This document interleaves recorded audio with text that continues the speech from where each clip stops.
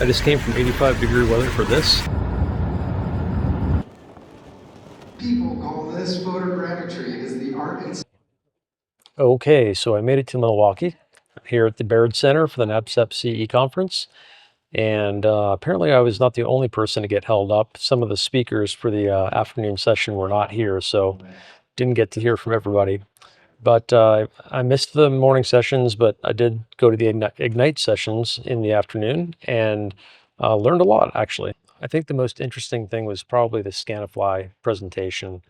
I started with drones very, very early, and I was one of the first Part 107 licensed pilots that could use drones, and I was using them for checking out roofs and stuff for solar. So I thought it was pretty cool to see Scanify here. They brought up some really interesting points about how the photorealism is important, and I was really surprised to learn that LiDAR is not really necessarily as accurate as photogrammetry. So just a little tidbit I learned, and looking forward to tomorrow. So next up is a meet and greet, and then we're gonna have some dinner, and I think I'm gonna be going to bed early tonight. I was up pretty early.